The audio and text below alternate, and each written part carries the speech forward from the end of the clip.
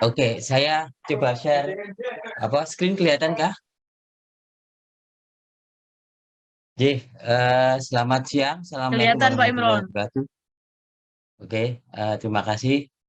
Eh, sama seperti Mas Pram, beberapa waktu yang lalu dikontak Mas Wis, bahkan saya sempat ngobrol juga di Retorika.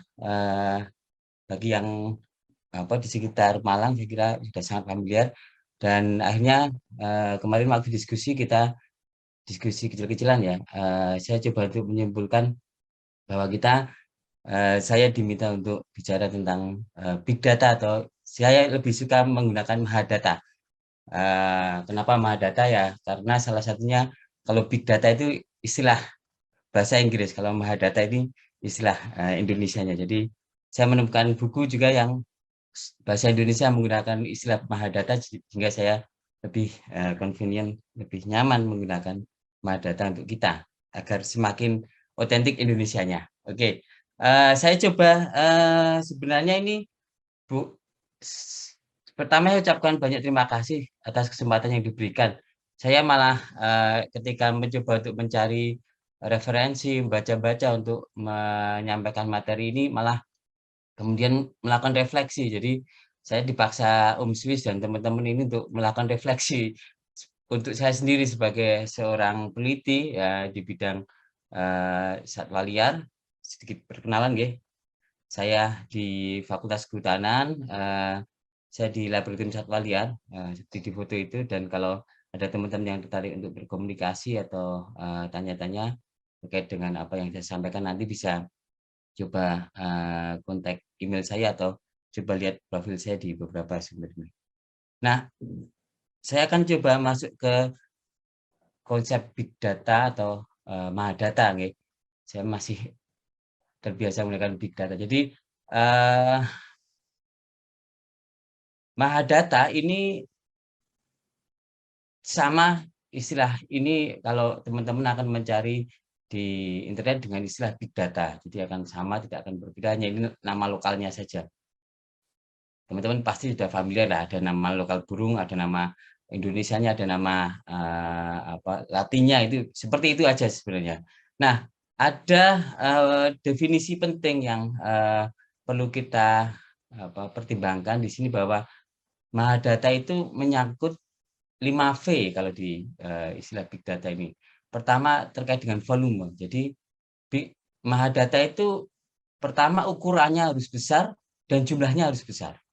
Jadi kalau ukurannya masih kecil-kecil, sedikit-sedikit, masih nyimpennya simpel, itu belum dikatakan mahadata. Masih ya, apalagi masih pakai flash disk, itu sudah cukup. Itu belum mahadata.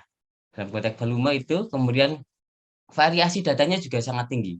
Artinya tidak hanya satu tipe data, tapi banyak data yang bisa dikumpulkan di situ, dan nanti konsekuensinya pada penggunanya, tidak hanya oleh satu kelompok, tapi oleh banyak orang ataupun banyak pihak, seperti yang tadi disampaikan Mas Pram. Juga kolaborasi akan penting sekali. Kemudian yang ketiga, ada konteks kecepatan. Jadi bahwa data yang masuk itu cepat sekali, tapi juga ada proses yang dibutuhkan untuk bekerja secara cepat juga. Jadi tidak hanya mengumpulkan yang banyak sebanyak mungkin, tapi memprosesnya juga penting untuk dipercepat. Tidak hanya cepat ngumpulinnya saja, tapi dalam waktu yang bersamaan ini ada veracity atau uncertainties dari data. Jadi datanya semakin tidak pasti. Kenapa tidak pasti? Ya karena tadi mungkin cerita di pengalaman sebelumnya itu banyak yang masih belum familiar dengan cara inputnya, ada kesalahan-kesalahan, itu sering membuat data itu masih banyak masalah dan masih perlu disupervisi, baik secara manual oleh manusia maupun oleh nanti oleh mesin. Nah, dalam konteks mahadata ini yang kemudian kita butuhkan adalah kita butuhkan teknik-tekniknya. Jadi tidak hanya capture, mendapatkan data, tapi juga memproses dan visualisasinya dalam waktu yang cepat. Ini tantangannya ke depan ke sana. Ilustrasinya simpel, seperti teman-teman kalau ini yang setiap hari sudah kita pakai, kita menggunakan Google Map, mau datang ke cafe Retorika, tahu jalan mana yang baik, yang nggak macet, itu contohnya seperti itu. Itu simpelnya seperti itu. Nah, Yang kemudian jadi tantangan adalah mungkin nggak kita ke sana mencapai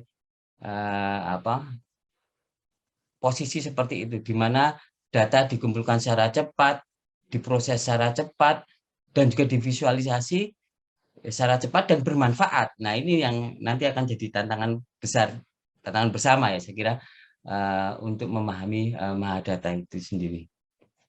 Nah, ini sebagai ilustrasi, jadi ya dalam konteks konservasi sebenarnya ada percepatan dekade terakhir ini dari yang dulu datanya sangat kasar, sangat kecil, storage-nya sampai yang sekarang sangat besar sekali. Ini saya kira bagi teman-teman yang sudah terbiasa menggunakan citra satelit akan sangat terasa ini.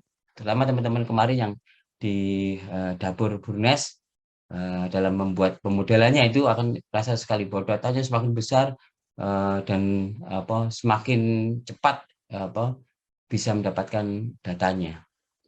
Nah, ada beberapa tahapan yang selama ini dikembangkan. Jadi yang classical model itu dulu biasanya teman-teman di konservasi itu seringkali menggunakan apa yang sudah dikerjakan oleh, dalam konteks ini contohnya militer dan industri, ini kita adopsi untuk kebutuhan konservasi seperti misalnya ada drone misalnya seperti itu.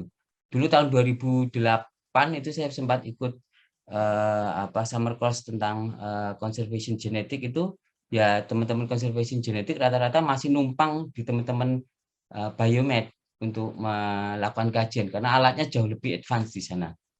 Nah, saya kira apa yang dilakukan oleh teman-teman lewat Burnes ini ada masuk di model yang kedua ini, di mana secara komunitas teman-teman di konservasi burung ini mengidentifikasi kebutuhannya, kemudian membangun sendiri, dan kemudian diaplikasikan, dan bisa mendapatkan funding dari sumber yang bermacam-macam. Kalau saya lihat Om Swiss ini juga dapatkan sumber dana yang tidak umum ya, jadi dari yang saat ini untuk konservasi tidak umum, dari sumbernya dari kafe atau mungkin dari teman-teman. Nah, dan juga mendapatkan input dari yang usernya maupun dalam hal ini mungkin pengguna yang lain seperti para peneliti, seperti masukan dari Mas Pram tadi akan menunjukkan bahwa ada kebutuhan nih, tidak hanya catatan presence tapi juga berapa jumlah individunya itu harus diidentifikasi, termasuk ada yang skema riset atau hanya sekedar pengamatan present only atau seperti apa harus dibedakan. Nah, ini saya kira proses yang dilakukan oleh teman-teman ini sudah masuk ke model alternatif ini. Jadi sudah dibangun bersama, kemudian coba cari sumber dana sendiri, teknisi juga sendiri, dilakukan sendiri, dan bisa dinikmati. Nah, nanti yang akan saya bicarakan kemaslahatannya tidak hanya digunakan oleh komunitas itu sendiri, tapi juga untuk kemaslahatan di luar. Seperti yang sampaikan Mas Pram tadi, ada kebutuhan pembangunan ini, ada butuh data ini kira-kira bisa nggak disupport dari teman-teman Burnes.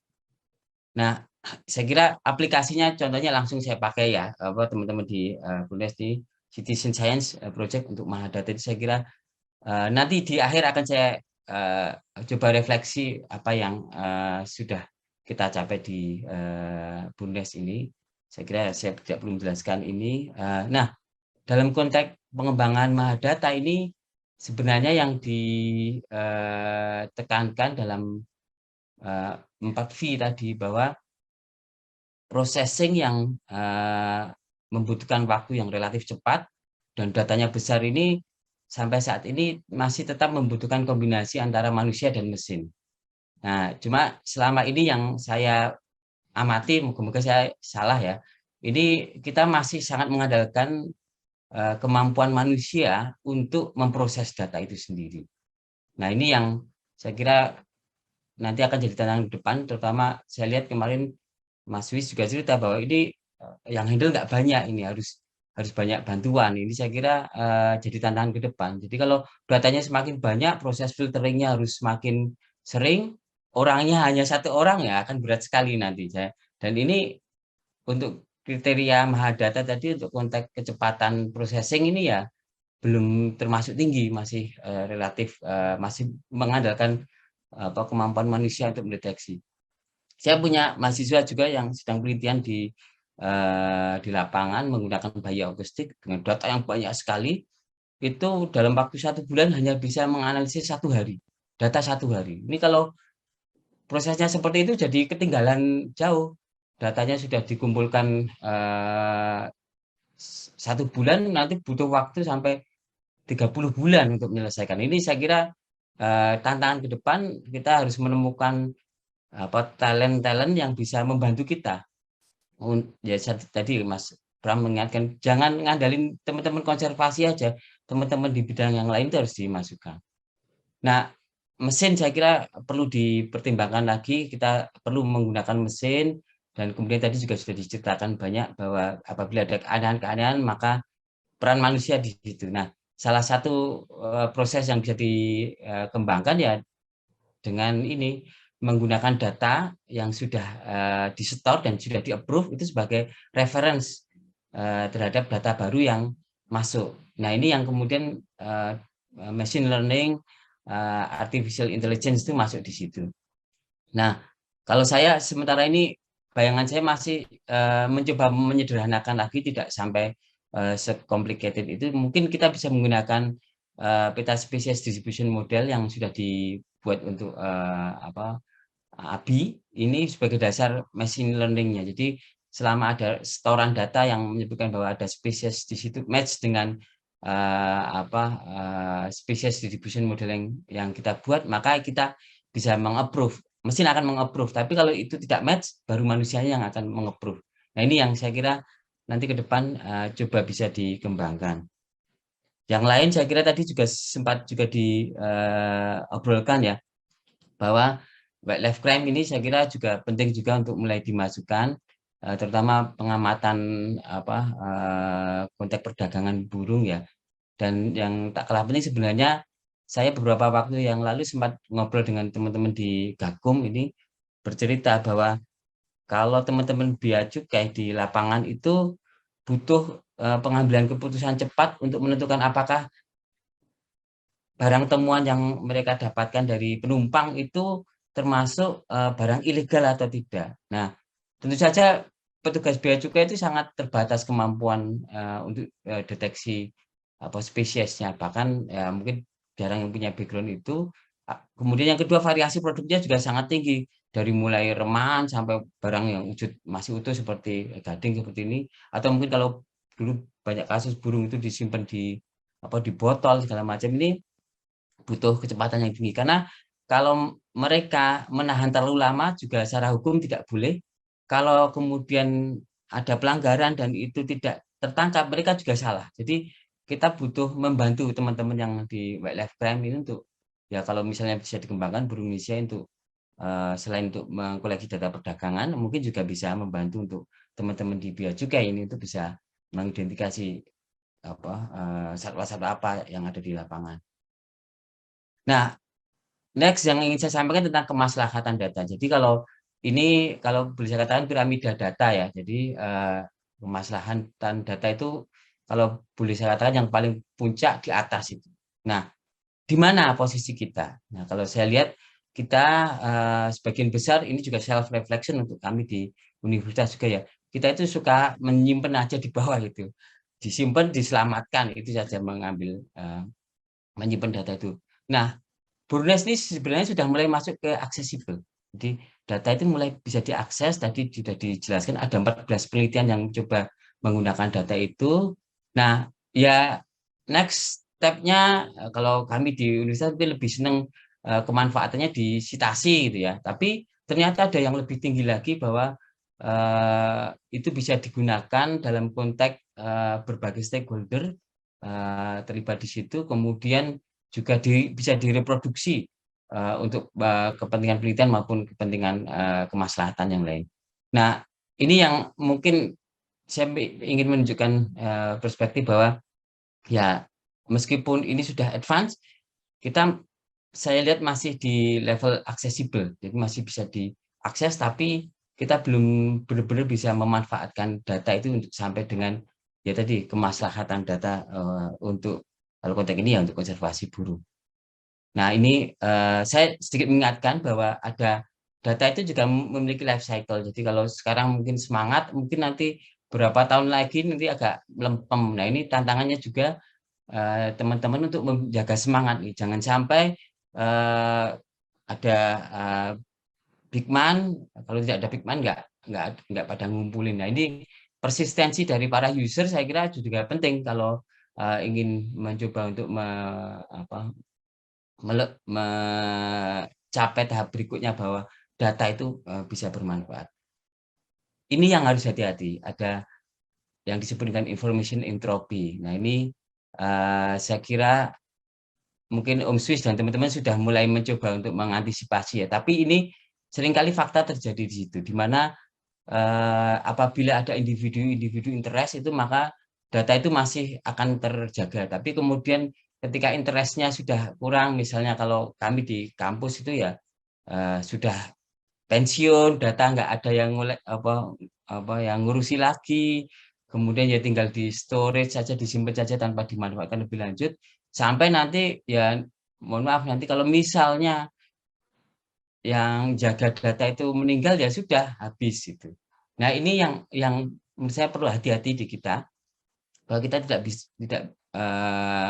bisa berharap hanya pada satu orang atau satu kelompok saja, tapi mungkin harus di backup. Makanya mungkin beberapa konteks misalnya contohnya misalnya Wikipedia itu menarik itu.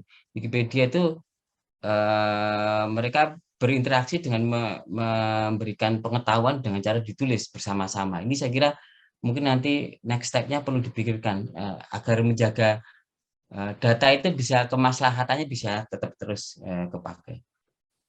Catatan yang ingin saya sampaikan ini jadi kalau boleh saya katakan kita ini masih baru mulai memasuki siklus mahadatanya. Jadi baru mau masuk.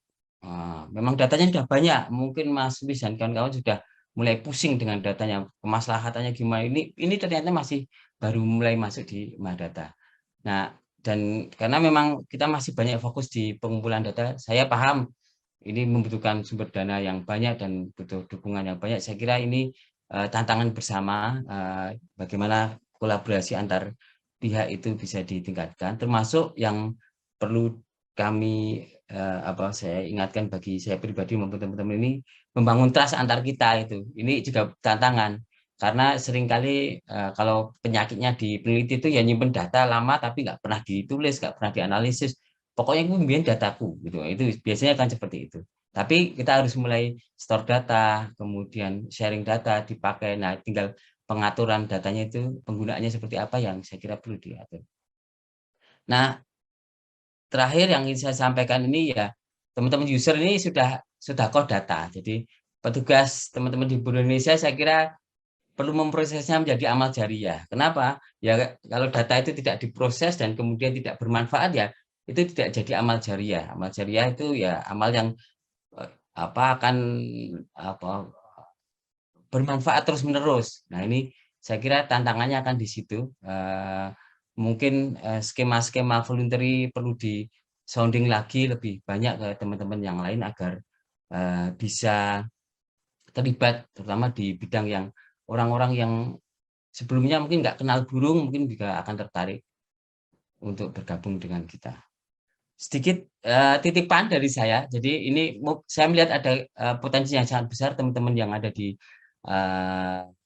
Indonesia dan jaringannya ini bahwa bentar lagi kami di UGM berkolaborasi dengan Cornell dengan USM di Malaysia. Kita akan menyediakan grant berupa alat perekam bioakustik dan juga framework untuk penyimpanan data. Ini kali-kali teman-teman Buru Indonesia ini akan tertarik membuat tim bareng-bareng untuk melakukan survei tidak hanya melalui visual ya yang selama ini dilakukan, tapi juga menggunakan bioakustik. Monggo nanti kami undang untuk ada seminar online seperti ini tanggal 5 Februari insya Allah. Ini masih digodok prosesnya. Kemudian kami sarankan untuk bisa memantau Facebook kami di Wildlife Conservation Center UGM untuk nanti kami update kegiatannya. Jadi saya kira itu Mbak Riri, matur nuwun sangat. dan saya kembalikan. Assalamualaikum warahmatullahi wabarakatuh.